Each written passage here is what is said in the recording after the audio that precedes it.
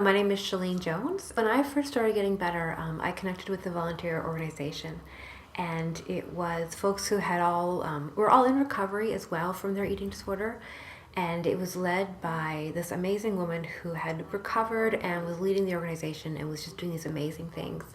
And I really connected with her, and she became my mentor.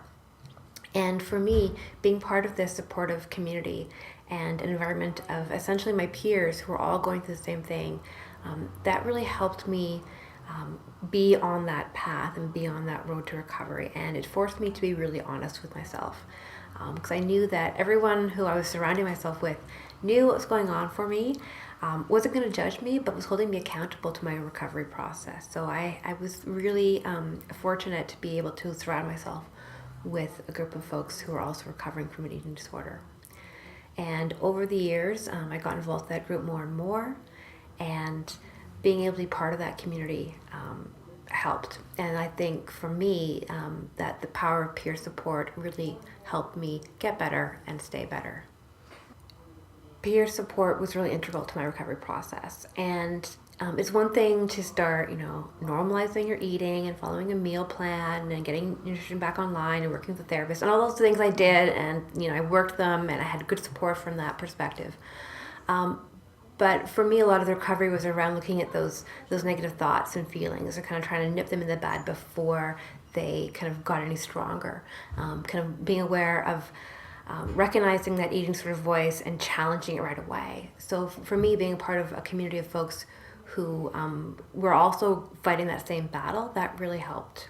For me, when I was in recovery, I finished high school and I took a year off of everything. And I didn't go to school, it didn't work. I just completely focused on my recovery process. So I did a lot of therapy and did a lot of volunteering with this organization and did a lot of reading and really tried to kind of connect with myself and find some good ways of communicating my emotions and trying to be gentle with myself and focusing on that whole process of recovery.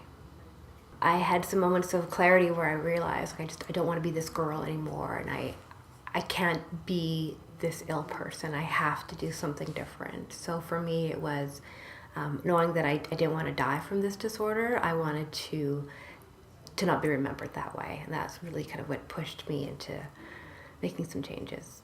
I think we have this idea in our heads around someone who has an eating disorder looks, and it's someone who's like very, very thin and for most people who have an eating disorder, that is not the case. And I think we feel like we don't deserve treatment, we don't deserve help because we don't fit the stereotypical image of what the media tells us someone who has an eating disorder looks like. And so we feel like we don't deserve help, we don't deserve treatment, and we don't come forward. And because there's so much shame and stigma around the condition, people wait and they think, well, I should do this, I should get better on my own, and what's wrong with me? And there's a lot of self-depreciation and self-punishment that comes along with the disorder. What really helped me was thinking about how every 7 years, all the cells in your body are totally new again. So after I had kind of started that recovery journey and I was 7 years out, I knew that every single part of me that had been connected to an eating disorder was gone. Mm-hmm. And that I was a completely different person at the cellular level. Right. And I found that really meaningful and really helpful for me. The first step, I think, is really recognizing that things can be different. Yeah, that we don't have to have that negative voice in our heads all the time. And that you can be free from all of that. And that, the answer is not in dieting and going to the gym. The freedom from that negativity is in self-compassion.